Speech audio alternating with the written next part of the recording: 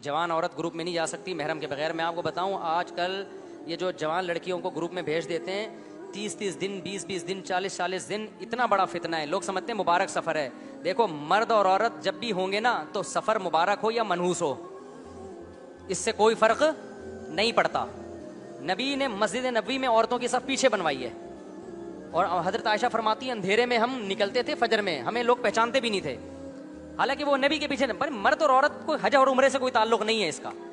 और फिर 20-20 दिन, 30-30 दिन ग्रुप में इकट्ठे रहते हैं।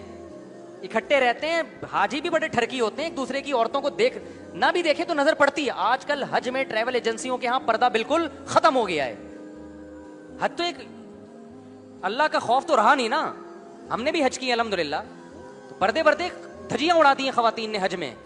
मॉडर्न फैमिलियों की खवातीन जा रही हैं, मेकअप भी उसी तरह, लिपस्टिक पाउडर भी उसी तरह, मर्दों के सामने बैठी हुई भी हैं। इनका हज भी हो रहा है और इनके तकवे पे भी कोई असर नहीं पड़ रहा। इतनी वहां पर हालात बदनजरी के होते हैं कि वहां पर फितना और ज्यादा है। क्योंकि कई दिन, ये तो मौका आपको किसी तफरी में भी नहीं ऐसा आता कि किसी गैर औरत के साथ आप 20 दिन के टूर, ये तो कॉलेज यूनिवर्सिटियों में ऐसा नहीं हो रहा। अब एक कॉलेज यूनिवर्सिटी में भी लड़कियों के साथ जो जाते हैं ना ट्रिप पे, वो भी 2 दिन, 3 दिन, 1 दिन इस तरह होता है। हज में 18 दिन, 20 दिन साथ रहते हैं। वहां ठरकियों को बड़े मौके मिलते हैं, लड़कियों को पटाने के भी और लड़कियों के लिए पटने के मौके भी मिलते हैं। समझ रहे हो कि नहीं समझ रहे? वो वहां भी लड़के होते हैं, वहीं सेटिंग बहुत कुछ होता है। मैं बदगुमान नहीं हो रहा कि आप हाजनों पर बदगुमानियां शुरू कर दें, लेकिन शरीयत का मिजाज है भाई, मर्द और औरत जहां जमा होंगे वहां क्या होगा? फितना। और अब ट्रैवल एजेंसियों में पर्दे का रिवाज बिल्कुल खत्म।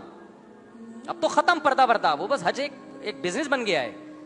पहले जमाने में हाजी लोग जाते थे कि जी नजर हिफाजत, और आंटी ने भी जनाब पूरा पर्दा किया हुआ है कि जी वो बहुत एहतियात के साथ अल्लाह के रास्ते में। अब तो एक एंटरटेनमेंट टाइप की चीज बन चुकी है। मैंने बताया था ना, मैं उम्रे पे गया तो मेरे साथ वाला जो रूम था उसमें इतने कह के लड़के लड़कियों के कह के भक्तियां कस रहे हैं, कह के बाजियां, जवान लड़के लड़कियां। बाहर निकला तो आधे बाहर बैठे हुए, आधे अंदर बैठे हुए।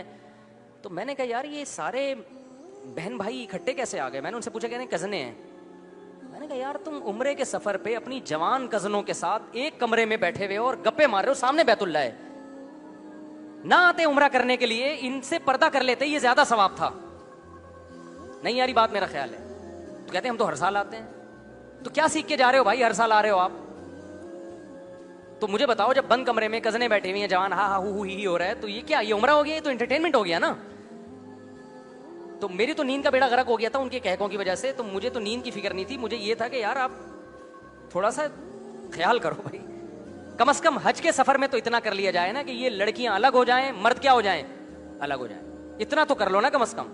खाने पे सब बैठे हुए हैं, एक दूसरे के सामने गप्पे हो रही हैं।